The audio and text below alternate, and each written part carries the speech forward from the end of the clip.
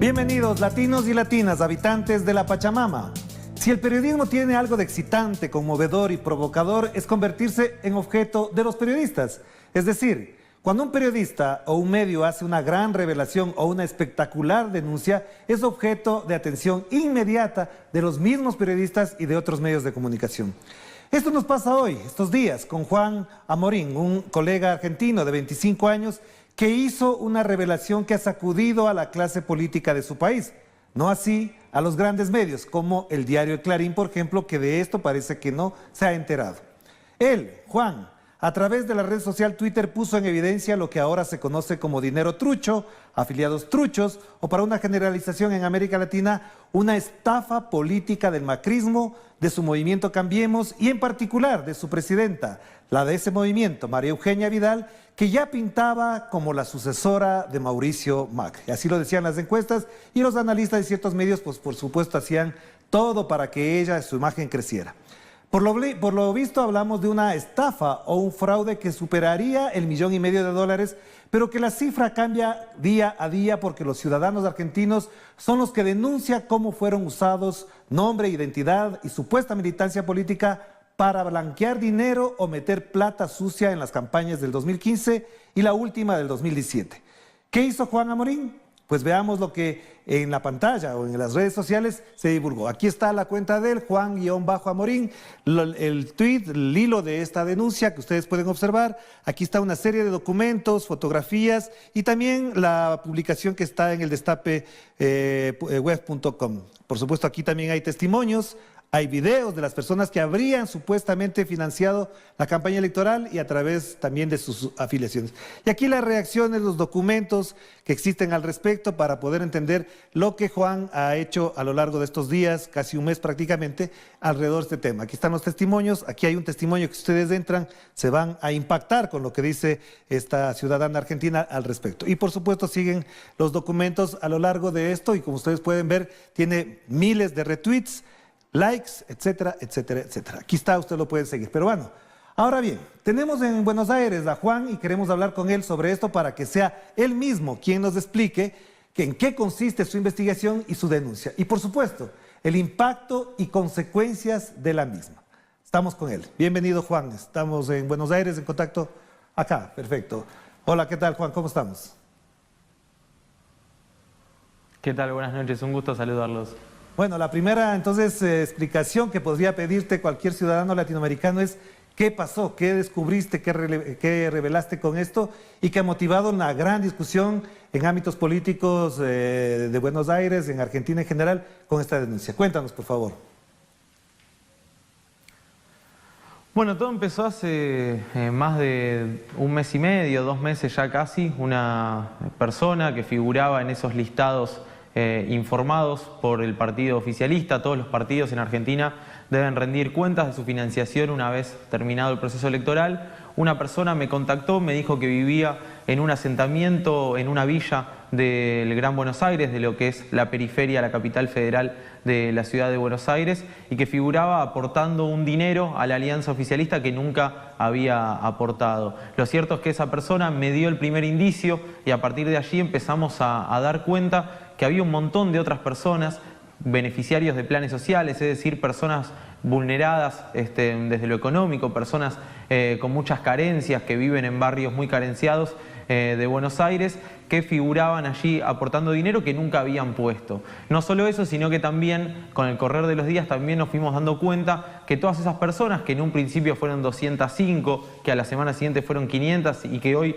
ya vamos más de 1.100 casos reportados, esas personas también figuraban afiliadas al PRO. El PRO es el partido gobernante, es el partido que preside la gobernadora de Buenos Aires, María Eugenia Vidal, y la favorita a suceder a Mauricio Macri el año que viene en las elecciones presidenciales acá en Argentina, por lo menos la favorita del oficialismo. Lo cierto es que dando con estos casos empezamos a trazar también una ruta y entendimos que la gran mayoría de esas personas cobra planes sociales o ayudas del Estado, es decir, tiene muchas carencias desde lo económico. Bueno, ahí claramente también entra en juego la cuestión de las bases de datos del Estado, del Ministerio de Desarrollo Social, del ANSES, que son los organismos que se encargan de contener socialmente a estas personas, a disposición del partido político. Una de las denuncias que hay en curso es justamente investigar si se pusieron las bases de datos del Estado al servicio del partido gobernante.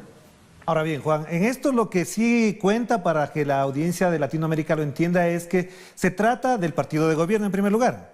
Pero en segundo lugar es que toda la construcción que se había hecho alrededor de esto es que era un movimiento exitoso, con aportes, luchando contra la supuesta corrupción en la época kirchnerista y por lo tanto las denuncias desde ese lado han sido señaladas como kirchneristas. ¿Tú te declaras kirchnerista, lo haces a favor del kirchnerismo o lo que tú mismo has mencionado en algún momento, lo haces por la pura responsabilidad periodística? Y si es así, en el segundo caso, ¿de dónde salió, cómo fue que ocurrió esta investigación? ¿Cómo la has asumido como periodista? Honestamente fue muy sorpresivo y un poco habla de las carencias de herramientas políticas por parte de la gobernadora María Eugenia Vidal cuando en un principio salió a acusarnos de kirchneristas, tratando de hacer una suerte de cacería ideológica o de dividir la cuestión entre kirchneristas y antikirchneristas en Argentina. La verdad es que es un argumento que suele utilizar el gobierno para desinformar, para tratar de cargar de un sesgo todas las cuestiones. Nosotros desde un principio nos corrimos de la cuestión. Yo particularmente desde que hice la primera parte de la investigación dije que a partir del momento que quedaba publicado ese artículo yo me corría, yo no quiero ninguna medalla, no quiero absolutamente nada. Con esto es mi trabajo, disfruto mucho de hacerlo, pero además estoy muy comprometido con las personas que nosotros mostramos en los informes, con esas personas que literalmente no tienen para comer, que literalmente envían a sus hijos a comedores escolares, que llegan con lo justo a fin de mes, que no pueden pagar una garrafa para calefaccionar su casa, que no pueden pagar la luz, que ni siquiera tienen servicios básicos como cloacas o accesos a agua potable, puedan tener justicia. Esas personas a las que el gobierno nacional utilizó, a las que el gobierno provincial basurió de la peor manera, haciéndolos pasar como afiliados, falsificándole las firmas, los documentos, falsificándole aportes financieros que jamás hubieran podido hacer, ni aún queriendo, pero lo cierto es que aún ni siquiera ellos hubieran aportado a ese partido político, porque la verdad es que en los barrios más pobres de la Argentina hay mucha bronca contra el gobierno, porque este gobierno llegó prometiendo transparencia, llegó prometiendo luchar contra la corrupción, terminar con el narcotráfico y acabar con la pobreza en Argentina. La realidad es que ninguno de esos ejes se está cumpliendo, que cada día cuesta más llegar a fin de mes, que la gente que se está cayendo de la balsa primero son las clases bajas, que las clases más castigadas son justamente las clases a las que pertenece esta gente que figura aportándole dinero que ellos lavaron a través de o empresarios o a través de coimas pagadas por el Estado o a través de retornos de la obra pública. La realidad es que yo no le pido nada a la gobernadora desde lo personal, yo lo que le pido es que como funcionaria pública vaya a estos barrios, vaya, recorra las villas del Gran Buenos Aires y les explique a los ciudadanos argentinos, a esas personas que tienen tantas carencias, por qué les hizo eso, qué significa haberle hecho eso y de quién era ese dinero que le intentaron adjudicar a ellos. Ellos son los que merecen una respuesta y me parece que al tratar de dividir la cuestión y a tratar de meter la chicana política de por medio no contribuye en nada. Yo creo que la gobernadora es un poco más inteligente y puede darnos una respuesta mucho más inteligente que acusarme a mí de kirchnerista, que me parece a esta altura una cuestión bastante redundante. Claro, Juan, pero de todas maneras lo que he podido revisar abundantemente en estos últimos días a partir de la denuncia tuya es que los que le están denunciando no son precisamente los periodistas, sino las personas que fueron ahora sí reveladas como los supuestos aportantes y los militantes, pero ellos son de Cambiemos. Es decir, la mayoría de las personas que están denunciando son militantes o han sido candidatos a concejales del movimiento Cambiemos, no han sido kirchneristas para nada. Entonces, haciendo este aparte, te preguntaría, ¿cómo se lanzan estas personas a decir eso si son del mismo movimiento, teniendo en cuenta que su denuncia podría perjudicar al movimiento político que pertenecen? Es decir, ¿cómo se entiende esto para que en América Latina podamos reflexionar a partir de tu investigación? Bueno, la verdad es que también hay muchas personas, como bien marcas, que son correspondientes a la Alianza Cambiemos, integrantes y ex candidatos de la Alianza Cambiemos, que es el partido gobernante. ¿Cómo se explica esto? Es una cuestión de honor casi. Hay muchos integrantes de la Alianza que están viendo cómo crece día a día este tema, cómo van ganando exposición, y en el interior de la provincia, lo que mal se llama el interior de la provincia de Buenos Aires, es decir, en los pueblos chicos más alejados de la capital y de los centros urbanos, son pueblos donde se conocen todos, son pueblos de 10.000, 20.000, 30.000, hasta 100.000 habitantes, pero lo cierto es que todos conocen a los candidatos, todos conocen a los concejales, todos conocen a los representantes políticos en esos barrios. Bueno, en esos barrios hay candidatos que figuran aportando $5.000, $2.000, $3.000, que son sueldos altos y elevados para lo que es un concejal, un consejero escolar. Bueno, ellos mismos están saliendo a aclarar que no hicieron esos aportes básicamente porque la gente del barrio las conoce y las señala, y de pronto un empleado municipal que cobra $400, $500 por mes lo señala al consejero escolar que figura aportando $3.000, y el consejero escolar no puede dar la cara. Entonces lo que dice es, bueno, yo pido que la gobernadora nos aclare todo esto. De hecho, hace un ratito nada más, un ex candidato a intendente de Ituzaingó, que es uno de los barrios ubicados al oeste del Gran Buenos Aires, un ex candidato de la Alianza Cambiemos, se presentó espontáneamente en un juzgado y presentó un escrito en donde afirma que él no aportó 50.000 pesos, que al tipo de cambio hoy serían unos $1.500 más o menos, y dice que ni él ni toda la lista que él integraba habían aportado dinero. Así que ya tenemos varias declaraciones, varias causas penales que se van generando y que las generan los propios integrantes de Cambiemos pidiéndole explicaciones a la gobernadora. Y en segundo lugar, se explica esto también porque la Alianza Cambiemos es una coalición de varios partidos políticos integrados, por ejemplo, por el PRO de la gobernadora María Eugenia Vidal, pero también por la Unión Cívica Radical, que es uno de los partidos tradicionales de la República Argentina. La Unión Cívica Radical tiene una historia de transparencia y de lucha contra la corrupción muy arraigada en la sociedad argentina, y la realidad es que está quedando muy mal, está quedando muy expuesta por una cuestión que yo creo la excede por completo. Es decir, me parece que esto vino pergeñado desde las entrañas del PRO, de la coalición de Mauricio Macri, más que de la Unión Cívica Radical, que es de donde están apareciendo todos estos casos de gente que denuncia que no aportó. Ahora bien, Juan, ahí habría que hacer una precisión también. Esto es un lavado, es decir, la gente supuestamente puso plata, pero había plata de otra gente. En la investigación que tú realizaste, incluso había un empresario que ponía muy poca plata, que a los ojos del propio Mauricio Macri, decía la investigación, debería ser muy poquita plata para aportar para un gran candidato. La pregunta es, ¿de dónde entonces salió la plata? ¿Quiénes ponían la plata? Ustedes han llegado al punto de saber ese blanqueo de dónde provino, pero además con una justificación, es decir, ¿cómo se justifica legalmente la plata que utilizó Cambiemos para las elecciones del 2015 y las de octubre del 2017? Bueno, nosotros en principio podemos afirmar que ese dinero no salió del bolsillo de las personas que nosotros estamos señalando. Es decir, si no salió de su bolsillo, significa que alguien financió la campaña y no podía aparecer allí. Es decir, la persona que puso la plata no quería aparecer por algún motivo un tanto particular. Lo cierto es que por ahora estamos tratando de encontrar esa pieza del rompecabezas que faltan, pero hay bastantes pruebas de quienes pudieron haber aportado. Bueno, los grandes laboratorios nacionales y multinacionales figuran aportando en blanco, es decir, figuran aportando legalmente al PRO, al Partido Propuesta Republicana de Mauricio Macri, a la campaña de 2015. Una de las personas que es uno de los arrepentidos de Cambiemos, el ex candidato a intendente de Ituzaingó, justamente Osvaldo Marasco, denuncia que uno de los grandes laboratorios, que se llama Ruemers, participó justamente de todo ese armado y esa ingeniería financiera. Es una de las cuestiones que probablemente tenga que aclarar en la justicia y que ya dijo ante los medios de comunicación, pero también hay grandes jugadores de la obra pública de la Argentina, es decir, grandes contratistas de obra pública de Buenos Aires que figuraban aportando incluso a la Alianza Cambiemos, al Partido PRO, en el año 2015, que figuraban aportando cifras de millones de pesos, pero también, por ejemplo, Odebrecht, uno de los grandes implicados en América Latina a casos de corrupción, a través de la firma Braskem, también había aportado dinero a este partido. Bueno, probablemente el año pasado todas estas empresas no habrán querido figurar aportando legalmente al partido porque hubiera desatado un escándalo indudablemente, ya que hoy en día son los grandes jugadores de la obra pública, ya no en Buenos Aires, sino también a nivel nacional. Ahora, hay 3 juicios o 3 denuncias de lo que sea hasta el momento instauradas. Esos procesos, ¿cómo se desarrollan? ¿A dónde pueden conducir? ¿Quiénes serían los implicados? Porque de lo que he notado y he visto es que María Eugenia Vidal sería la principal señalada, ya que la ley argentina, la ley electoral de tu país, señala que los responsables directos, cuando no se justifican los fondos, son los dirigentes, los representantes de los movimientos. ¿Es así o cuál es el camino? ¿Cuál es el devenir de estos procesos, de estas denuncias?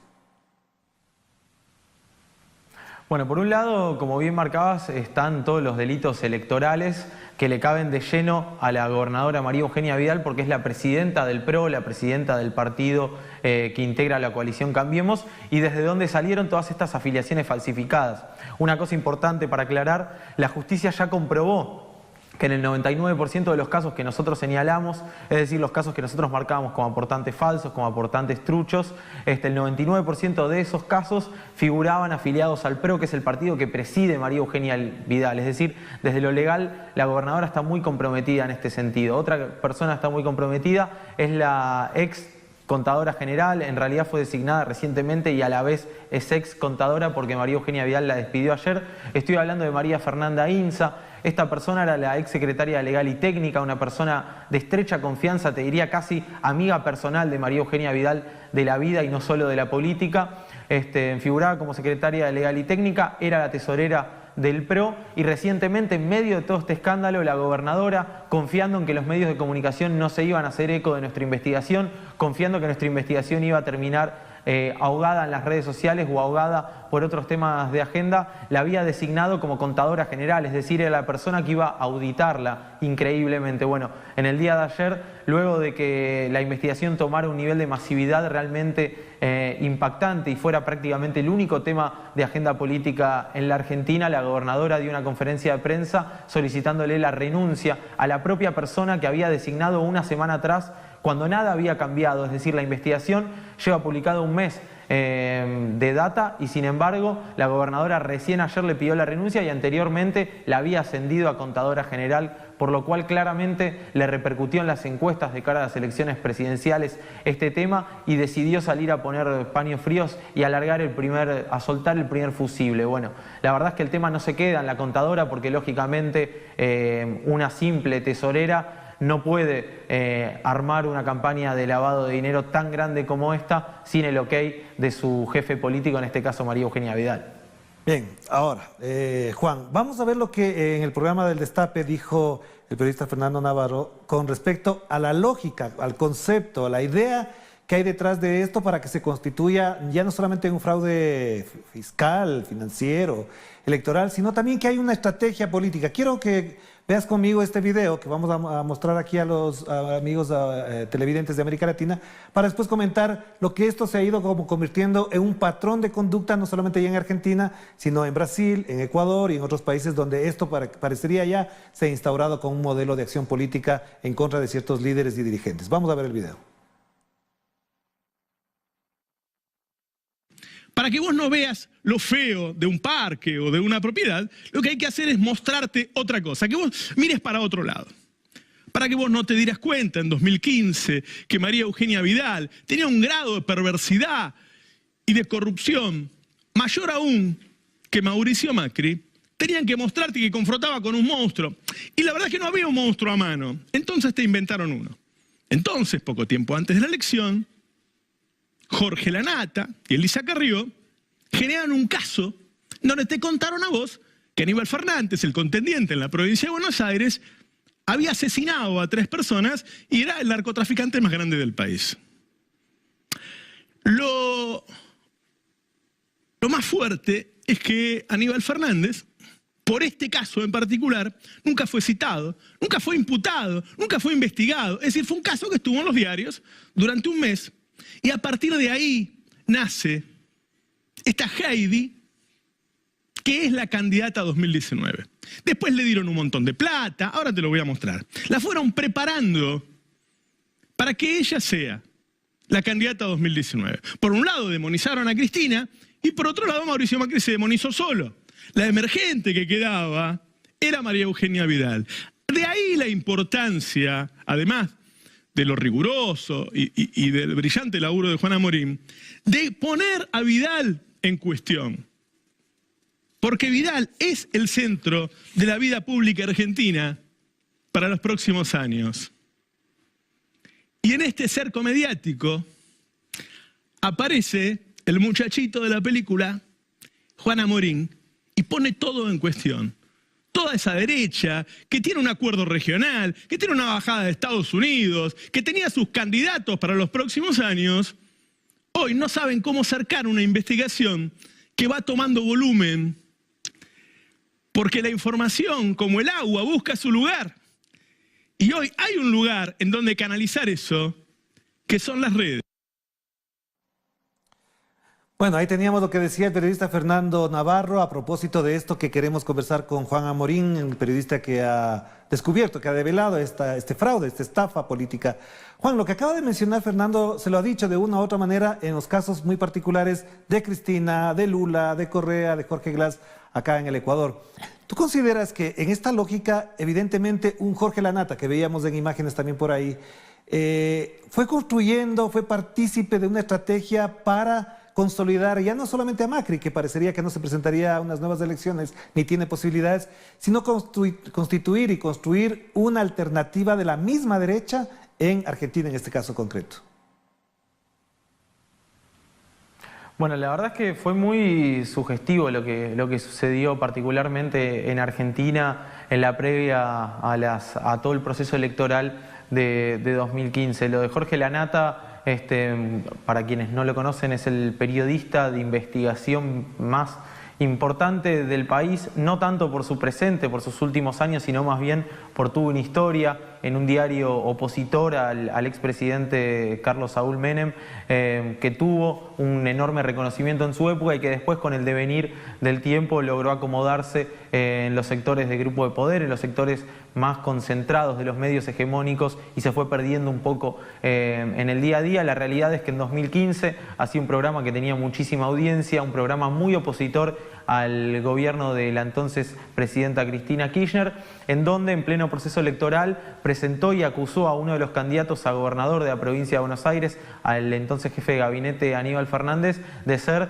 el jefe de una banda de narcotraficantes que habían cometido un triple crimen en la localidad de General Rodríguez. La verdad es que era un informe muy impactante, que tenía testimonios muy crudos y muy violentos respecto a lo que había sucedido y que señalaban directamente a Aníbal Fernández como la Morsa, que era una persona señalada por ese apodo como jefe de la banda. Bueno, a partir del bigote que tenía el entonces candidato, lo apuntaban como la Morsa. Bueno, finalmente todos esos testimonios que presentó Lanata cuando fueron a los tribunales federales, a la justicia federal, a declarar por la gravedad del tema, se desdijeron, dijeron que nada de lo que habían dicho era cierto, que solo lo habían presentado en términos televisivos, que no era para ir a la justicia, y la verdad es que a partir de eso ya era muy tarde. Cuando habían hecho estas declaraciones, la gobernadora era María Eugenia Vidal, el presidente era Mauricio Macri. Ya había comenzado en Argentina este proceso de persecución judicial contra exdirigentes, este proceso que tiene a presos políticos como Milagro Sala en la provincia de Jujuy, y que se replica en todos los países de América Latina, con jueces entrenados en los mismos países, con jueces que participan de este tipo de viajes y de entrenamientos en países de Norteamérica, y que ya todos conocemos cómo se manejan. No es casual lo que está sucediendo en América Latina, y obviamente Argentina no está ajeno a todo ese proceso. Por suerte, esta investigación de la que nos toca charlar hoy logró romper un poco con ese esquema y esa lógica mediática judicial que nos tiene tan abobados, se dice en Argentina, en medio de la agenda, que nos hace estar constantemente corriendo detrás de estas falsas noticias, y por suerte este tipo de investigaciones logra dar de lleno en la concentración del poder, y lo hace completamente inocultable porque surge a partir de las redes sociales, de un programa que se transmite desde YouTube porque fuimos despedidos de la televisión argentina por pedido del gobierno. Entonces, lógicamente, el gobierno no sabe cómo manejar este tipo de cosas. Ojalá sea el puntapié inicial para modificar un montón de cosas que están mal, no solo en Argentina, sino también que se genere un efecto contagio en toda América Latina. Pero podríamos pensar entonces, Juan, que si lo que hizo en su momento La Nata fue valorado por algunos periodistas y medios de comunicación y actores políticos, acá venía prácticamente como el gurú del periodismo, no tiene sentido, no tiene peso, es decir, significa una estafa también periodística. Lo tuyo, en cambio, tiene una diferencia, son los ciudadanos los que están denunciando, te aportan a tu investigación y hay pruebas, evidencias que los propios ciudadanos y los militantes de Cambiemos están colocando. Es decir, como vi en algún tuit que te insultaban, te querían comparar con La Nata, pero yo personalmente diría que La Nata es una estafa del periodismo, lo tuyo en cambio ha sido ser efectivamente el mediador de las denuncias de los ciudadanos. La Nata ha sabido ser un periodista brillante. Yo crecí cuando era muy chico viendo la televisión y leyendo sus columnas en políticas, y realmente era un periodista muy irreverente, muy jugado, muy rebelde a lo que son hoy los grupos de poder. Era todo lo que hoy no es, digamos, y yo admiraba mucho realmente al Jorge La Nata de antes, y me llevé una gran desilusión con el Jorge La Nata de los últimos años. Por eso también cuando me hicieron la comparación en las redes me lo tomé más a risa que otra cosa. Y sí, la verdad es que la diferencia entre una investigación, en particular esta de la Morsa y todo este caso con la investigación que difundimos, tiene como contrapunto que nuestra investigación tiene cientos de fuentes y las fuentes se fueron ampliando y ya no es nuestra investigación, en realidad es la investigación de todo el pueblo argentino, porque la verdad es que ganó un nivel de masividad y es realmente muy impresionante. Si yo les mostrara mi casilla de mails, está llena de gente que me está notificando que tiene un tío, un primo, un sobrino. Recién fuera de cámara alguien me marcaba que tiene a su tía figurando como aportante. Es decir, todo el tiempo todos están chequeando y fijándose en los listados a ver si figuran financiando o no al partido gobernante. Por eso, la verdad es que, vuelvo a insistir, yo me corrí ya del medio, me siento, sí, hablo de lo que fue el proceso de investigación, pero la verdad es que me supera ampliamente hoy por hoy esta investigación, y está bueno que así sea, y está bueno que la ciudadanía argentina se comprometa, y también se comprometa para pedir justicia y para pedir explicaciones, y también para pedir una condena ejemplar, y que de una buena vez en Argentina dejemos de responsabilizar a gente que es de segunda o tercera línea y por fin podamos castigar en tiempo y forma a los verdaderos responsables políticos de todo esto, y que no haya que esperar a que se vayan del poder para empezar a investigarlos. Ahora, para finalizar, una cosa que no quiero dejar de lado, por supuesto, el cerco mediático, acá se le llama el bloqueo mediático que ha ocurrido con estos temas, evidentemente también prueba y demuestra y pone a las claras cuál es el rol que están jugando los grandes medios de comunicación. Decía yo al principio que, por ejemplo, Clarín no ha publicado nada, y en el programa de Roberto Navarrete, me corrijo, decía hace un momento Fernández, Navarro, se demostraba googleando que, por ejemplo, Clarín no ha publicado nada, absolutamente nada. Para finalizar entonces, en un minuto, Juan, ¿qué explica esto? ¿Cómo entender esta conducta ya un poco perversa y morbosa de los medios de tratar de que lo que ellos no publican no existe en la realidad? No, la verdad es que la cobertura mediática de los principales grupos mediáticos argentinos, sobre todo en el caso de Clarín, porque el segundo diario de mayor tirada a nivel nacional, que es La Nación, valga la redundancia, sí trató el tema, aunque claro, lo ponían en la página 30, 20, digamos, lo ponían en forma más escondida. Lo del diario Clarín fue muy alevoso porque en un mes no hizo ni siquiera una línea del tema, y era un tema que se hablaba constantemente en las redes, del que hablaban referentes políticos de la oposición, incluso referentes que han sabido estar cerca de Cambiemos, a decir que ellos no habían hecho tales aportes, que no habían participado de las campañas. Clarín no publicó ni una línea. Al día de hoy, cuando la gobernadora decide despedir a la contadora general, Clarín había publicado solo un artículo, y seguramente teniendo la información de lo que iba a suceder horas después, para tratar de no quedar tan en offside en términos futboleros con respecto a la realidad. La verdad es que la realidad corría por un lado y los diarios argentinos corrían por otro. Por eso digo, en este caso, la masividad, el impacto del hecho noticioso en sí, el hecho periodístico, la investigación periodística, se pudo volver a imponer después de mucho tiempo en Argentina, en la agenda mediática diaria, que la verdad es que tiene más que ver con las relaciones comerciales que con las relaciones sociales que deberían ser los diarios y los principales medios de comunicación hoy en día. Por eso es que genera algún tipo de esperanza de cara al futuro todo esto que estuvo pasando, y por eso creo que también tanta gente está tan agradecida con esto que hicimos, que en realidad no es más que contar un hecho noticioso, una investigación periodística, pero pero imagínate cómo estamos en Argentina, que valoramos el doble todo esto que está pasando y que nos alegramos de que pase cuando en realidad debería ser moneda corriente y lo deberían hacer todos los medios, ¿no? Bueno, me despido, así como tú también te has despedido. Despido al periodista kirchnerista, al periodista puro que ha hecho una gran contribución a la verdad en Argentina. Por ahora dejémoslo como un joven periodista que trabaja y que labura con mucha pasión, que tiene la obligación y el compromiso de estar muy cerca de la gente, de los que más lo necesitan, y que el día que deje de hacer eso probablemente cuelgue los botines y deje de hacerlo y se dedique a otra cosa. Lo más lindo del periodismo es hacer estas investigaciones, lo más lindo para mí del periodismo es estar cerca de la gente, de quienes más lo necesitan, y también lo más lindo del periodismo es mostrar algo que está oculto, que está ocultado, mejor dicho, por parte del poder. Eso es lo más lindo y por eso trabajo día a día y quiero seguir trabajando. Muchísimas gracias y una extensiva felicitación también de parte de Telesur, que te admiramos desde ya. Un ejemplo, con tus 25 años nos das ejemplos a los que tenemos ya más de 25 años en este oficio. Un abrazo a la distancia, Juan, adelante. Un abrazo, de verdad, de todo corazón, que la pases muy bien y siempre... Un abrazo enorme.